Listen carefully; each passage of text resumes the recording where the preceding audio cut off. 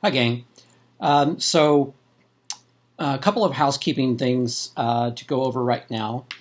If you submitted any your annotated bibliography to me late, I haven't finished it yet. I've been grading my other classes' papers, so I've been busy with that.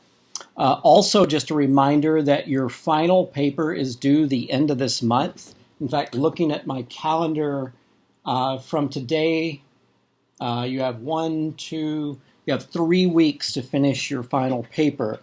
I'm going to try to be checking my email and responding if you have questions about your paper.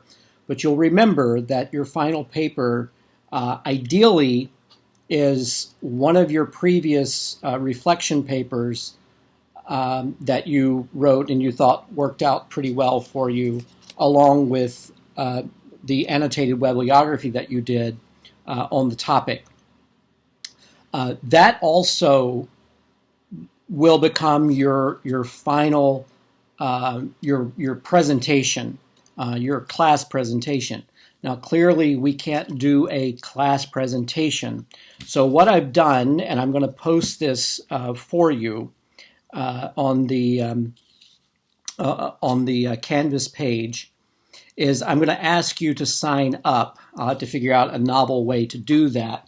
But I'm going to ask you to sign up for the 15th, 22nd, and 29th, I believe. So there will be multiple times. There are 28 of you. That's 3 days. I'm actually trying to allocate like 15 minutes for you to do your presentation with me.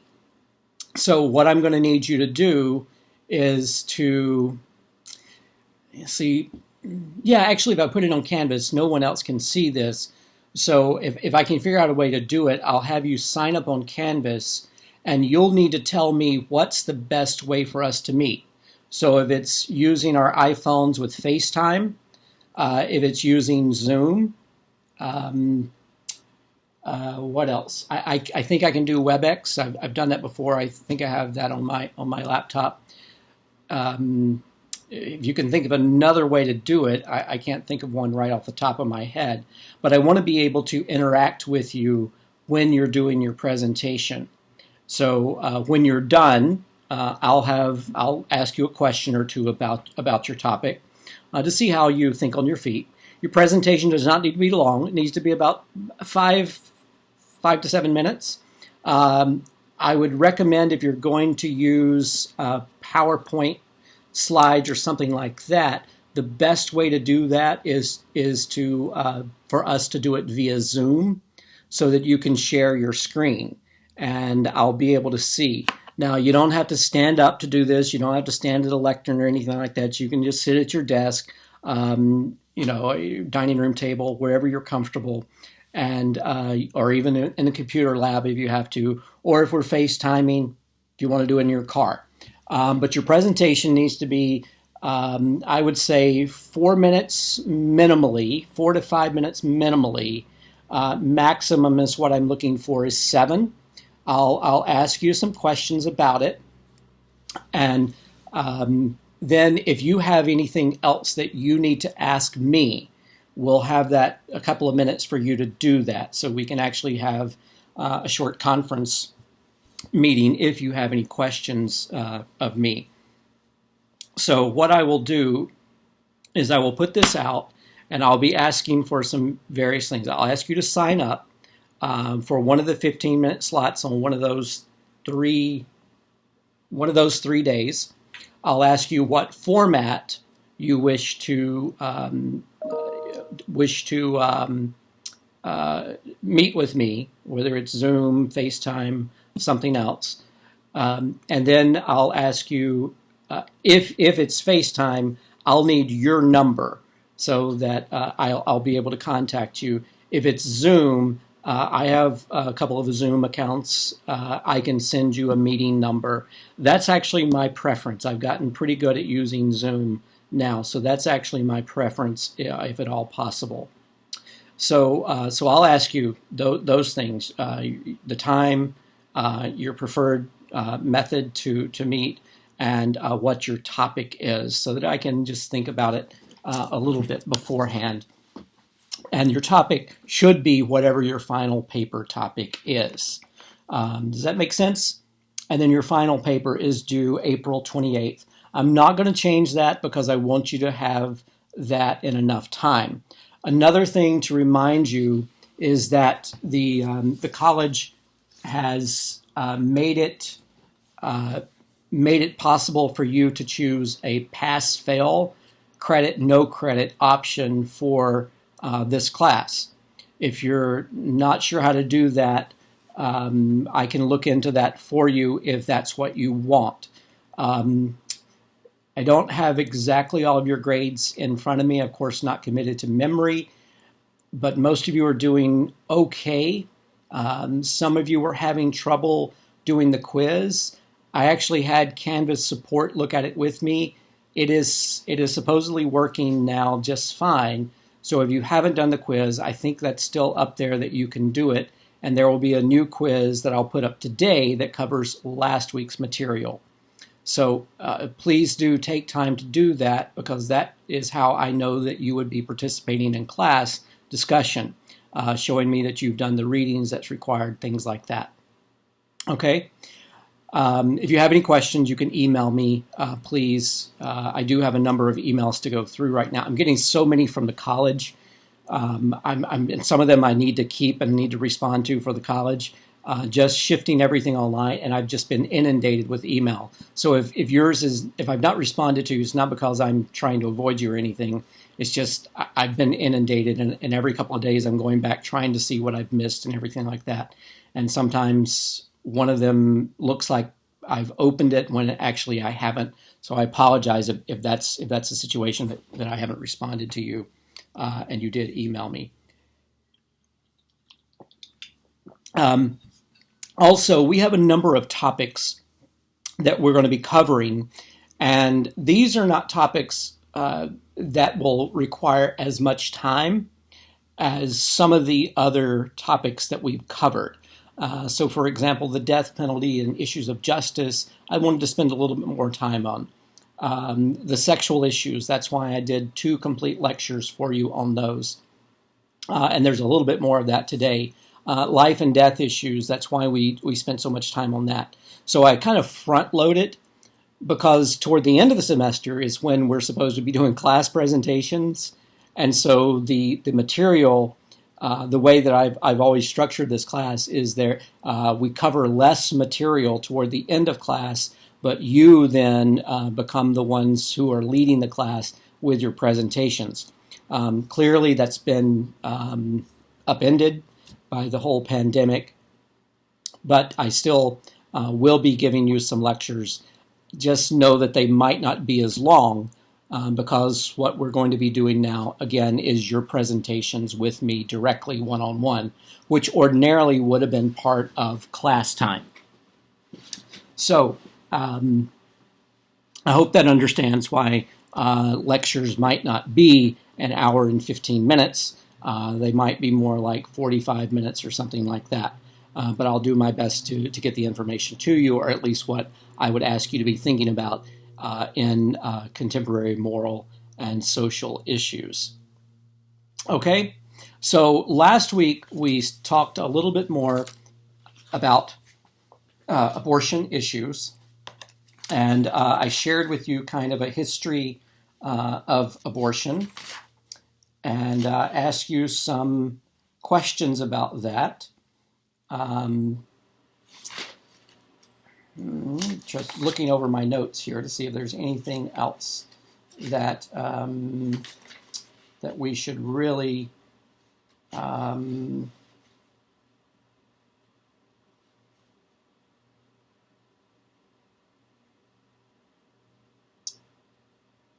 I don't think I asked you these questions.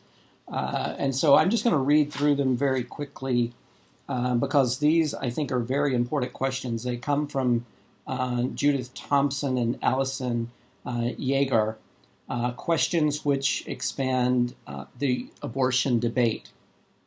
And so I'll just read through them quickly as something for you to think about, as to raise some ethical questions about abortion. Number one, what kind of pressures are brought to bear on women in the sexual encounter that initiate unplanned pregnancies? Again, what kind of pressures are brought to bear on women in the sexual encounters that initiate unplanned pregnancies? One thing that I'll just throw out there for you to think about right now during this quarantine that we're all enduring, the number of domestic violence cases, actually the number of calls to domestic violence shelters have gone down in places like that because women are now stuck home with their abusers in lots of occasion. And very often when there is physical abuse, there's also sexual abuse. And so the number of calls to these crisis helplines have gone down, which has led authorities to believe that more and more women right now are being abused in their home situation, in their domestic situation. Not just women, I should add. Men can also be abused physically, especially, not to say they can be abused sexually as well, but men can definitely be abused. I know this. I am an abuse survivor. I was in a relationship for a number of years where I was physically and emotionally abused, and it does happen to men, although men are a much smaller majority, are a much smaller minority of the abuse victims, but men can be abused. So just to put that out there for you to think about. So what kinds of pressures are brought to bear on women in the sexual encounter that initiate unplanned pregnancies? So think about that. I had a friend, a social worker, one time that she and I both were working with homeless, and with homeless populations, and we were talking about why there were so fewer women very often on the streets than there were men. And one of the things she said is, forgive me if this sounds crass to you, but women never have to want for a place to sleep. They have a commodity that men want, and so they can almost always find a place to sleep. And so that's why you see fewer women who are homeless a lot of times than you see men. So as you think about that question. Second question, why do women not insist on contraception? Is it lack of information, unaffordability, or are they simply not in a position to insist? So why don't women insist on contraception? Lack of information, unaffordable, or simply not in a position to insist? I mentioned this before in some cultures. In some places the church forbids contraception, and that's why diseases and pregnancy happen. So that even if women don't want another child, perhaps the church has forbidden that. There's also, in some cultures, it's not considered macho for a man to use any type of contraception. And so there are a number of things to consider there. Number 3, why are most contraceptive methods directed at women rather than men's bodies? Think about it. Why are most contraceptive methods directed at women rather than men's bodies? Why do so many men refuse to use condoms? But really, there's only one method for men. There is no pill for men the way there is a pill for women.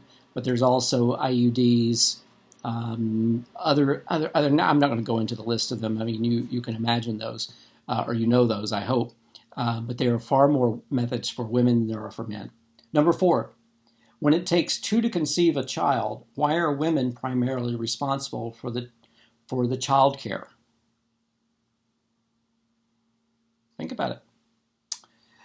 Why is there so little public support for children in terms of family services, housing, healthcare, and child care?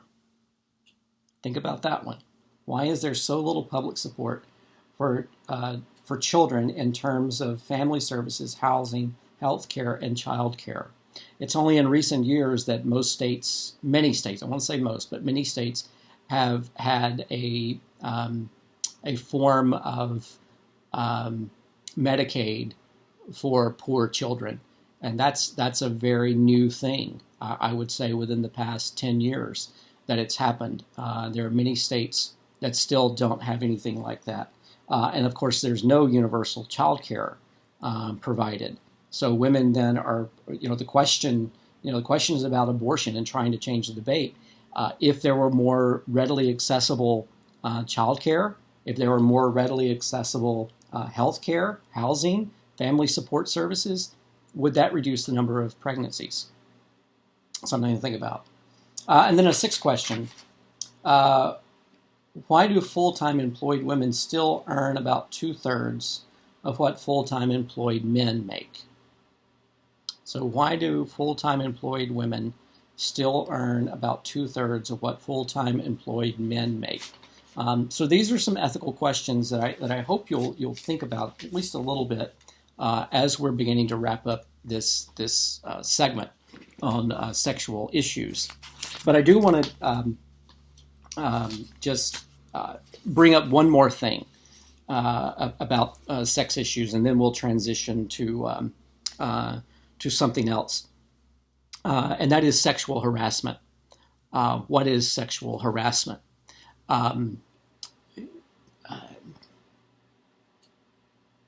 Well, I'll be candid with you. The recently Me Too movement and those sorts of the Me Too movement, the enough, I think, I forget exactly what it was called, the enough is enough or something like that. Those have made me think about relationships that I had when I was much younger. And it's made me wonder, did I ever sexually harass someone? Sometimes even someone I was in a relationship with, it makes me wonder if I was harassing them at times. I don't think so. I don't think that ever happened. But it's really made me stop and think about issues of sexual harassment. So what is sexual harassment then? It's essentially verbal, written, physical, or visual conduct, such as dirty jokes, comments about appearance, accusations, whistling, catcalling, rumors, inappropriate stories, touching, grabbing, assaults, gestures, sexually related objects, or pictures. If you watch the series Mad Men,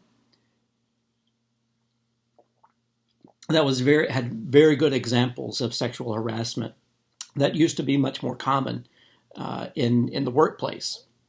Nowadays, it's much frowned upon, but it still does happen, and it can happen to men or women.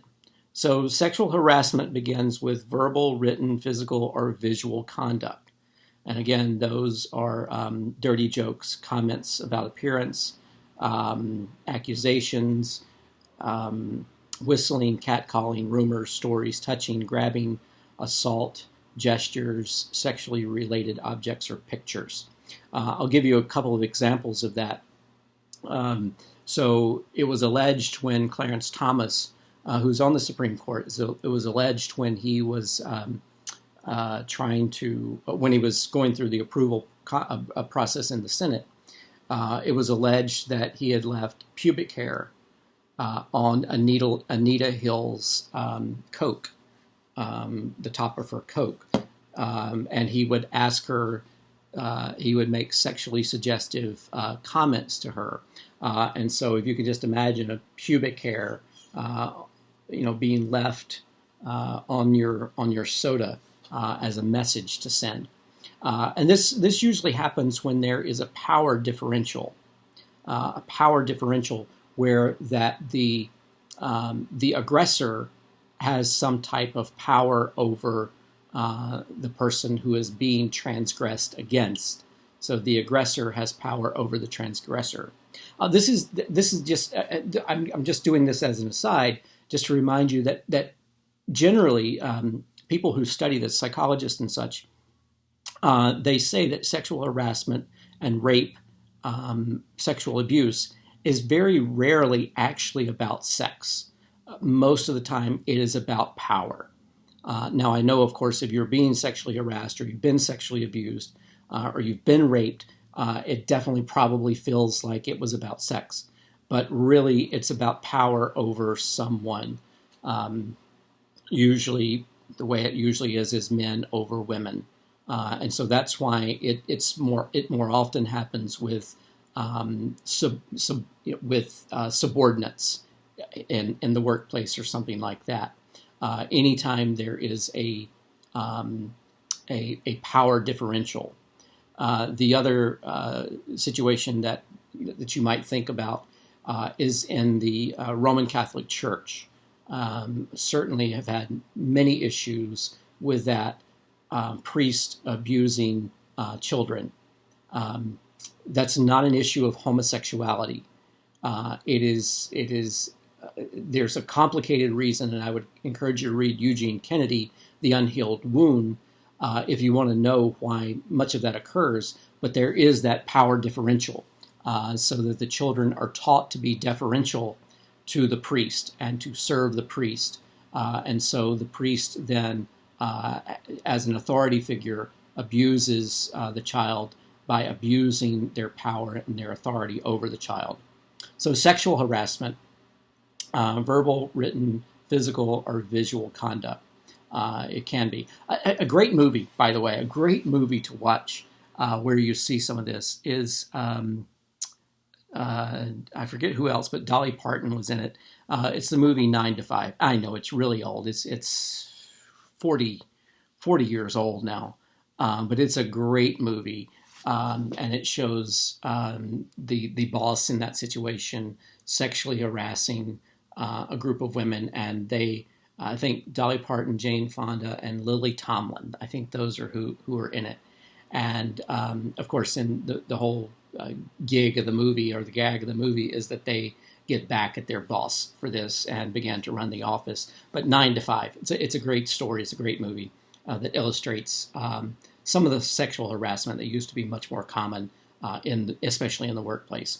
So other forms of sexual harassment are requests for sexual favors. This is not only in the workplace, this can happen in the schools. Let's just be candid about it. I think most everybody who's listening to me, most everyone who's in our class, would think if I were to go to one of my students and to say, if you want an A, you'll perform some sexual favor, most of us would automatically understand that that's inappropriate. But that does happen, not only in classrooms, but it also happens in the workplace as well. And it happens other places in life as well. It can happen in a variety of places, in a variety of ways. Anytime there's a request for a sexual favor in exchange for something that should be given anyway. So if I said, if you want a good grade, you'll offer me some sexual favor. Part of my job is to give you the grade that you earn, not in exchange for something. And so requests for sexual favors, they can happen in a variety of places, variety of ways. Going back, even to the situations of the church, you can think about situations where a priest could say to a child, your whole family is going to go to hell if you don't do this, or if you tell about us doing this. That is a kind of sexual favor in that sense. Other forms of sexual harassment that are quite common are unsolicited or unwelcome sexual advances. You think about that. You think about those type. Give me just a moment. I'm sorry. I'm at my.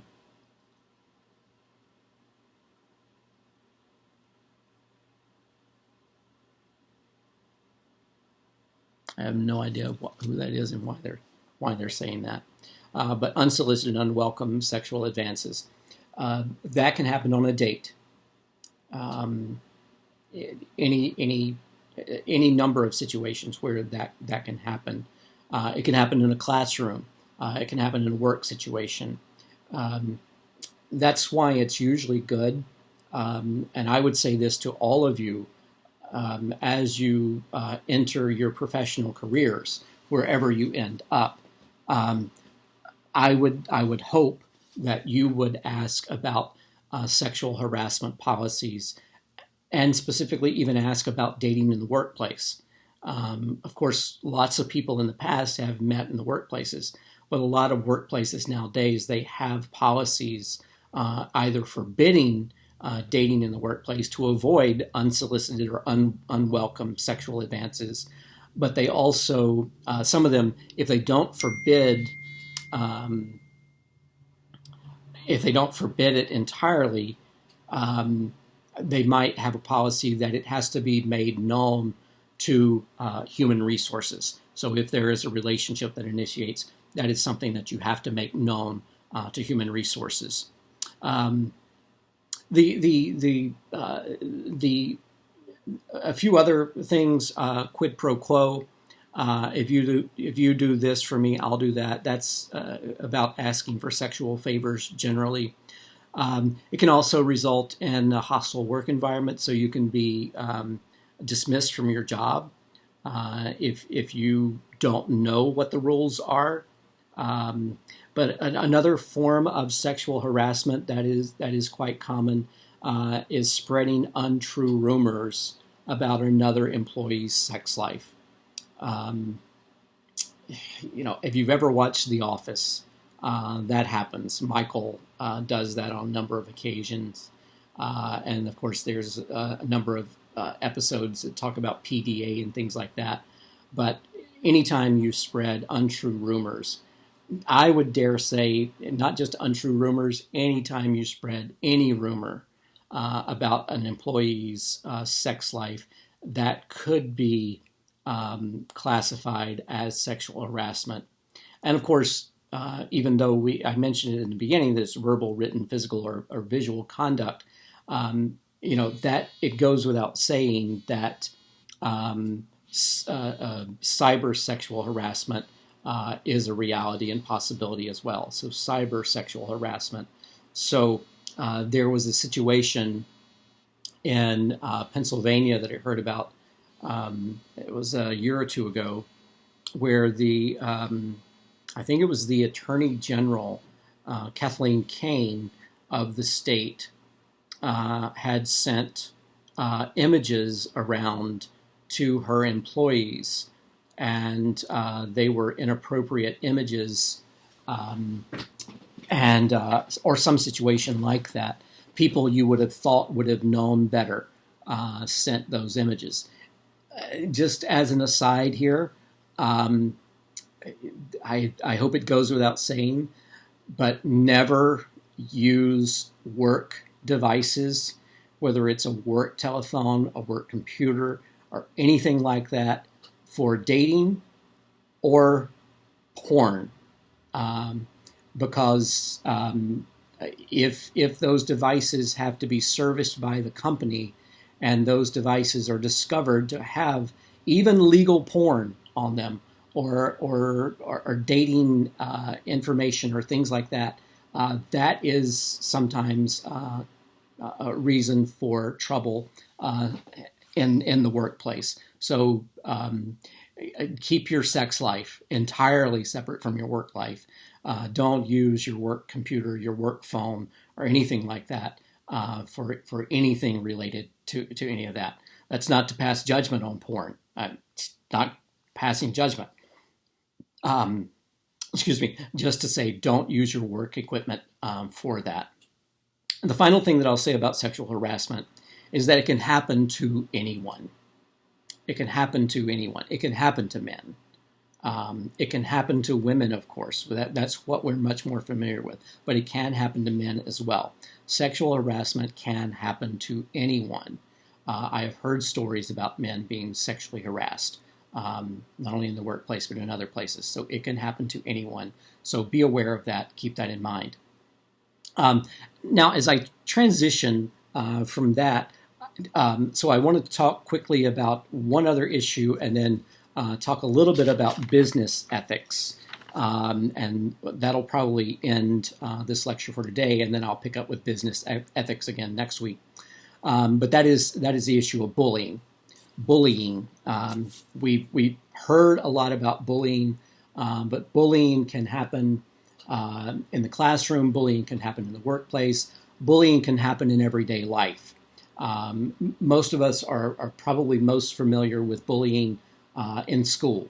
Let me tell you a quick story. So when I was in, it was in elementary school.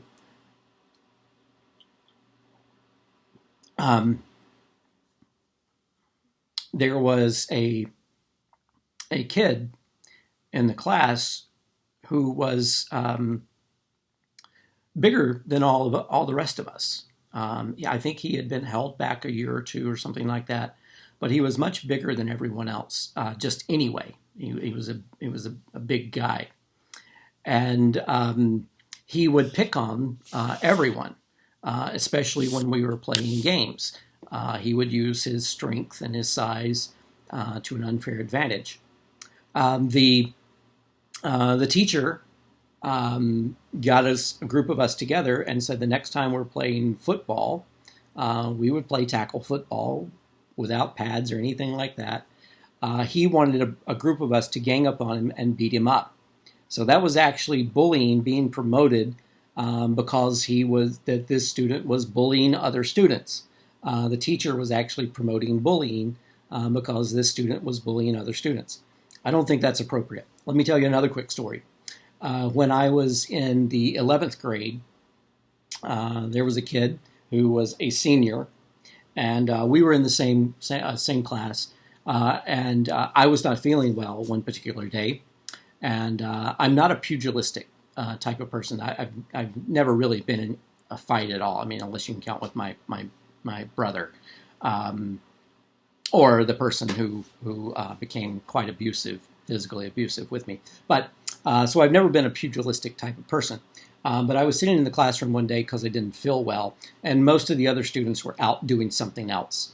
They were in a different part of the building, but the teacher had given me permission to stay there because I didn't feel well. And after I'd been there for a short period of time, another student who was a senior came wandering into the classroom. He sat down next to me, and he began to harass me. He began to bully me. He began to play with my ear and mess with my hair and poke me, and I'm not touching you. I'm not. You get the idea.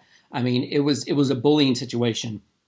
He was known as a bully. He had bullied lots of people, and so in this case, it was bullying, harassment type of behavior. And I kept telling him to stop, please stop. I don't feel well. Please stop. The teacher even told him, stop. He doesn't feel well today. Leave him alone. The teacher told him a couple of times. After I had told him several times, I did not even realize I had done this. I didn't contemplate doing this.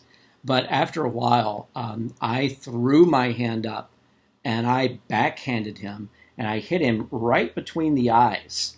And he wore glasses. I wasn't aiming. His glasses fell to the floor. He had a little blood there. He reached up. He saw the blood.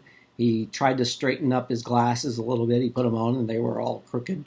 And he began to say, "I'm going to get you. I'm going to get you. You haven't heard the last of me," so on and so forth. He began to tell me all the things he was going to do and how much fun he was going to have in doing it.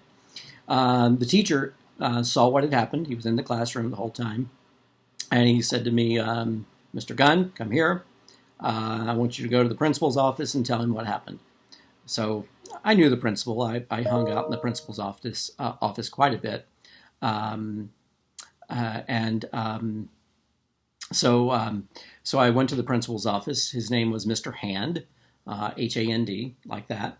And I told Mr. Hand, and I knew at our school they practiced at that time. This was back in the early 90s. They practiced corporal punishment.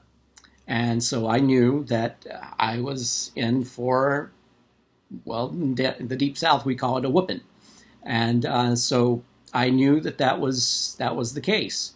And much to my surprise, just as I was prepared for that, Mr. Hand, the principal, got up from his desk. He walked around in front of his desk, and I stood up. That's what you did back in the day when an authority figure, stood up. So I stood up. He stuck out his hand. He said, "I want to shake your hand. I wanted to hit him so many times myself." Now, I don't think that was appropriate. I mean, I'm glad I was not punished for it, but I don't think that was appropriate. And so bullying, we have to think about what is bullying, especially in a day when we can do so much cyberbullying. Bullying is so easy. Bullying depersonalizes another. Depersonalizes someone.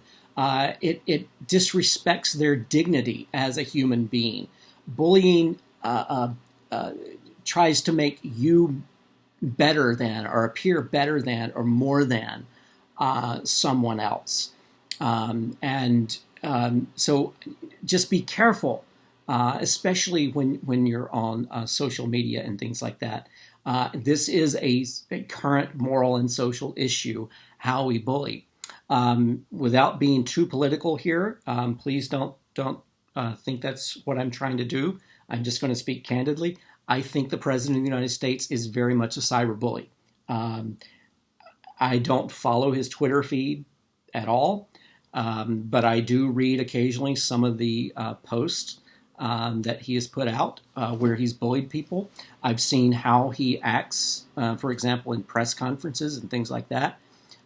He, in my opinion, is a bully, and I think it sets a bad example for especially children in the nation who might, their minds are being formed, their social actions are being formed right now, and there are times when they might imitate. Remember, was it last week or the week before, I told you that when Bill Clinton had the affair with Monica Lewinsky, the number of students who said that oral sex was not sex went up, and the number of students practicing oral sex went up because they understood that the president had said that. So whether you think it's true or not, the president does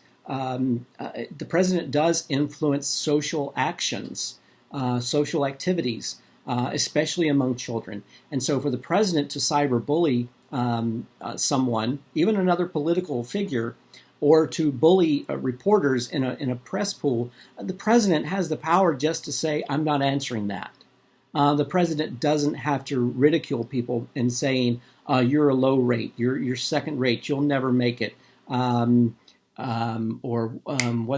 to use the word, that's a nasty question. That type of language is bullying type of language, and children do pick up on that. Now that, again, I'm not trying to be political. I'm simply saying that I find it inappropriate. And having lived now for 40-something years and through a number of presidents, I've never seen anything like that. I do remember Reagan making jokes. I remember Carter making jokes.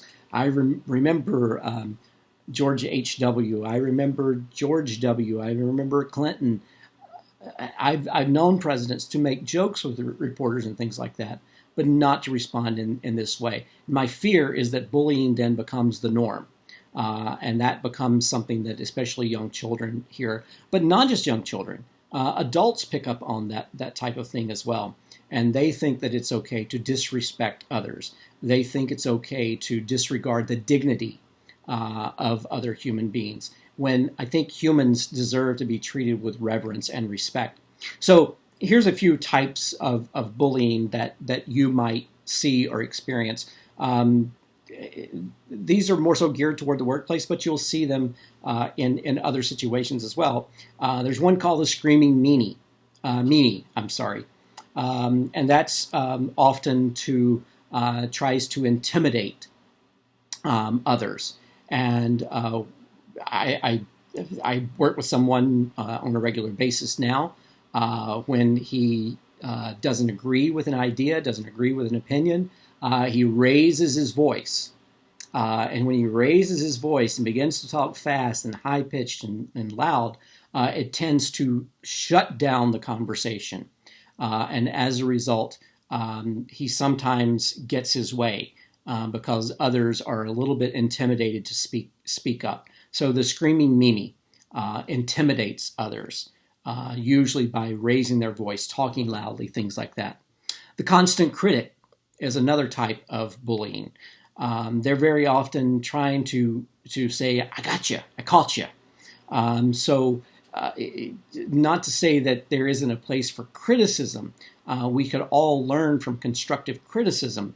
The problem comes in this when someone is kind of a constant critic and they never see the positive side of things. They're always critical of any ideas or anything that anyone else is trying to do. When in reality, sometimes they could just leave it alone and just say, I'm not going to deal with it at all. I'm not going to respond to that at all. So the constant critic, the screaming Mimi, and the constant critic.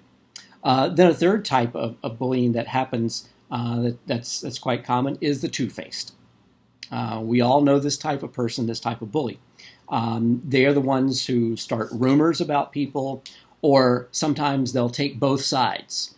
If two people are discussing something, they might secretly go to one and say, you're right. I totally see your point. And then secretly go to the other one and say, you know what? She's just crazy. He's crazy. And so they're two-faced. And sometimes they get caught, but that is a form of bullying because it is promoting then controversy and antagonism within a situation that probably it would be best a lot of times that they just ignored it. But they also will start rumors about people, not just the sexual rumors that we were talking about earlier, but other rumors about people. And just generally, gossiping doesn't help anyone. Just keep that in mind. Gossiping seldom does any good. If we had time, I would talk to you about the use of triangles and how sometimes people will put us into a triangle and to try to draw us closer to them and away from someone else. So that's a classic relationship triangle. And usually one of the forms that people, or one of the things that people do to form the triangle is to spread rumors and gossip about someone. And so there are ways to use a triangle. There's ways to detach from triangles if you find yourself in that. And if that interests you, I would encourage you to go in and look at it. So screaming Mimi, constant critic, two-faced, and then a final form of bullying that I'll mention is the gatekeeper. This is the one who, for example, if you're in a workplace, won't let you speak to their higher-ups. You have to go through them. They won't let you go up the chain of command because they feel like they're more important. And if you are able to speak to the person over them, they might be proven as wrong. So the gatekeeper. And it takes other forms as well. I'm just using that as a quick offhand way of talking about it. So now that we've talked a little bit about sexual harassment, we've talked a little bit about bullying, I want to begin to talk about business ethics, and I'm looking at the time. I'm gonna end this at about 1 hour. So I won't get to all of this today, but I do want to begin to talk about it. And we'll also talk a little bit about, not today, but we'll talk a little bit too about consumerism. So we talked about sexual harassment. We talked about bullying. Now we're going to transition into talking about business ethics. So this is where I was saying there are a number of topics that we need to cover that we'll be covering fairly quickly because the way I envision them is that we would talk about them and then have class presentations. Obviously, that's not happening. So business ethics. What do we mean when we say business ethics? If this were in the classroom, I would go around and we'd get some ideas about it. But it's principles, values, and standards that guide behavior in business based on individual beliefs and social concepts. So let me say it again.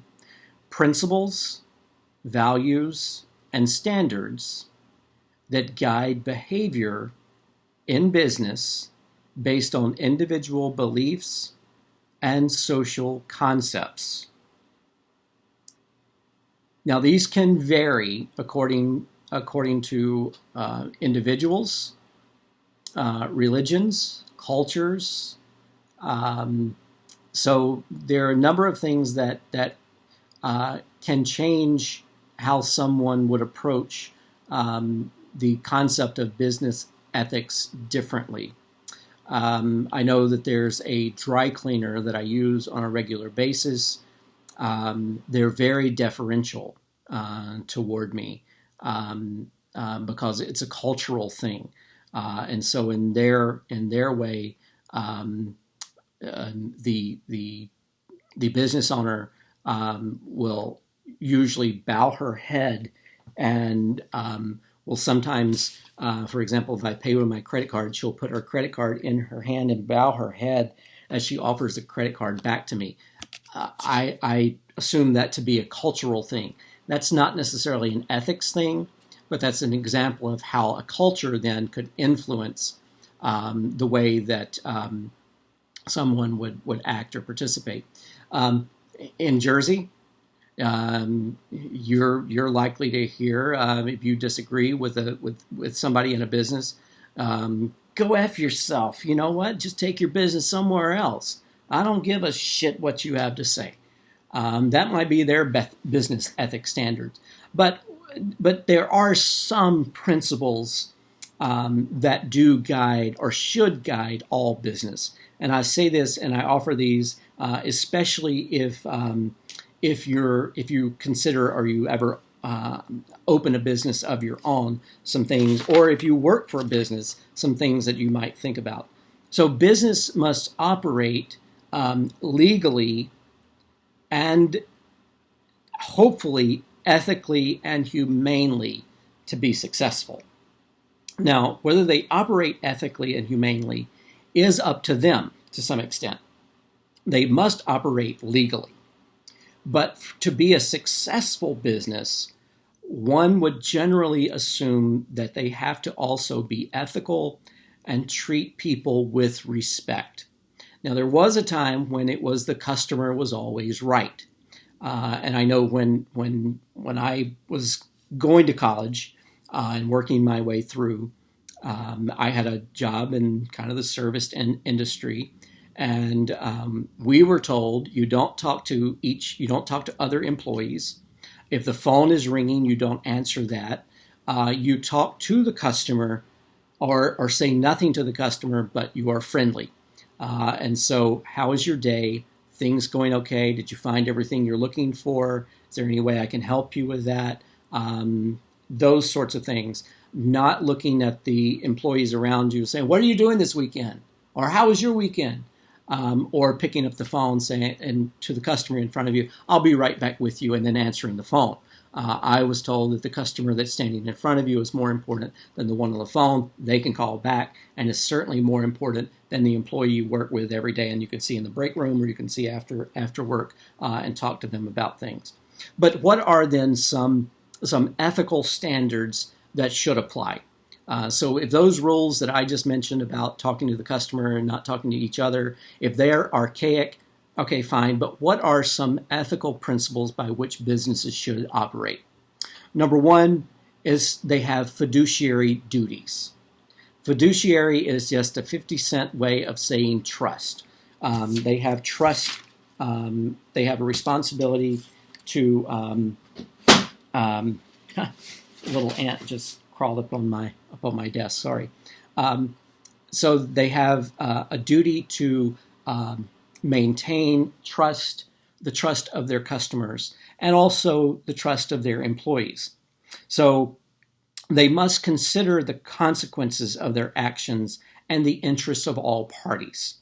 So right now, in the midst of this pandemic, a lot of businesses, it was better for them to shut down when they're considering the interests of all persons involved. I know that a town in which I work here, it's a restaurant. They were doing takeouts. In fact, you would call them when you arrived. They would bring the food out and put it in the boot of your car or something like that.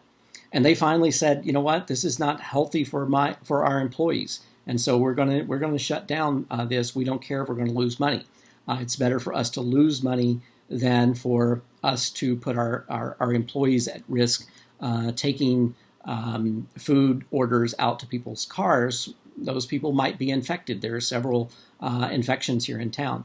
So the fiduciary responsibility, or this duty to maintain a trust, the trust of people, doesn't just apply to your customers. It can also apply to your employees as well. So fiduciary trust means that the company, the business, must consider the consequences of their actions and interests of all persons involved. And you have to think about that if you're producing a product or if you're in a service industry. So does the product, is it safe for people to use? You can't produce a product, for example, that has lead-based paint. I'm just thinking about if you produce little, those, I don't know if they still have them, little Matchbox cars. They used to be covered with lead paint, and kids would chew the paint off of them. Well, nowadays you can't do that because the product then would betray the trust of your customers. So you have to consider the consequences of your actions and the interests of all parties involved, your employees, your customers, everyone. Secondly, businesses must address the interests of their stakeholders. So who are the stakeholders in your business or in the business with which you're working? And those stakeholders are not just the people who invest in your business. We're not just talking about the investors. We're talking about the suppliers, the employees, the shareholders, and not just the customers. So there are a number of stakeholders at issue here. This would, I don't know how many of you would have paid attention to this, but a few years back, during the Great Recession that began around 2007, 2008, the federal government bailed out a number of banks and other businesses. And as they bailed them out, the money was supposed to be used to help the employees and the consumers. But a number of those big businesses, rather than helping their employees and their customers to stay afloat, many of those businesses bought their shares back, their stock back, so that it would increase the value of the stocks for the people who were their investors. And so as a result of that, let me see if I can do this volume down. There we go. So that was considered a not in the interest of the stakeholders. A third thing to consider is the profit. I'm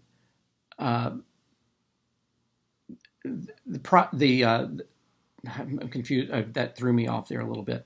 The profit must be. Profit must not be the only concern for the company.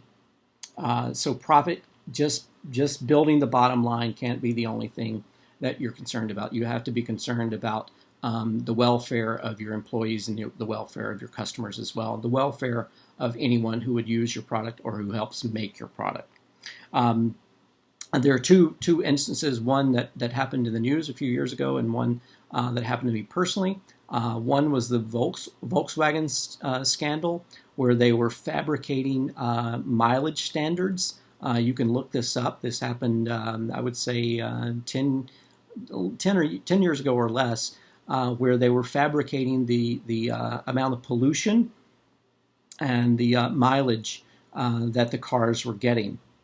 And as a result, Volkswagen had to spend billions of dollars buying back those cars. Most of them, I think, were diesels.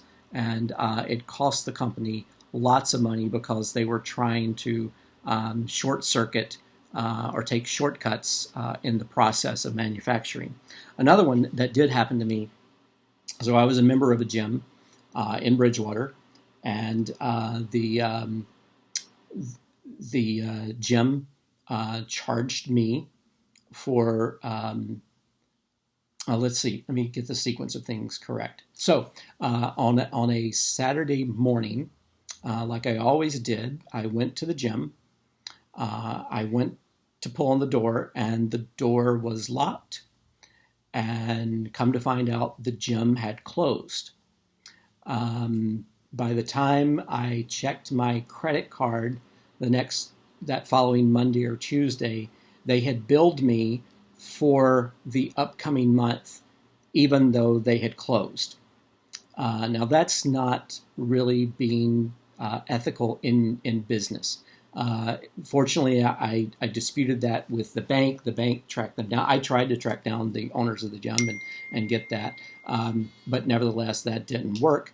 And so the bank was able to refund me my money, and I was able to find another gym, at least for a while. All right, I'm going to wrap things up here. So we've looked at sexual harassment, we looked at bullying, and we talked a little bit about business ethics. The next lecture we'll pick up with consumerism. Then we're going to be talking about food, famine, hunger, and affluence. We'll talk about lending, credit, payday loans, and usury. We'll be talking about just war. We'll be talking about civil disobedience and terrorism. And we'll be talking about sanctuary cities, truth-telling, and journalistic integrity. So these are the topics we're going to be covering toward, as the semester comes to a close. After today, I think we have 4 more weeks of class, so that's enough material for us to cover over those. Don't forget, look for, so I'm going to be posting some material, some supplemental videos, some supplemental readings, and I'm going to post a sign up so that you can sign up to do your presentations with me one-on-one. All right, guys, stay healthy, stay safe, and I'll see you in this format in a week. Have a good day.